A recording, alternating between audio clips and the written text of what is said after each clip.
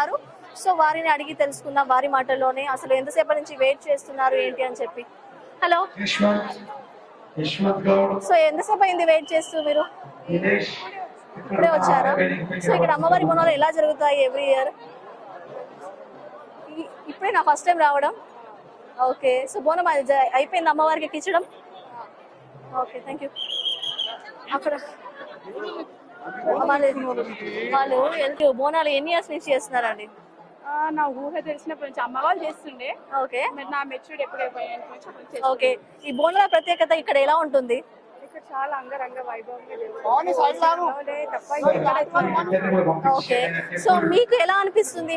మీరు మొక్కులు తీరాయా? తప్పకుండా తీరుతాయా?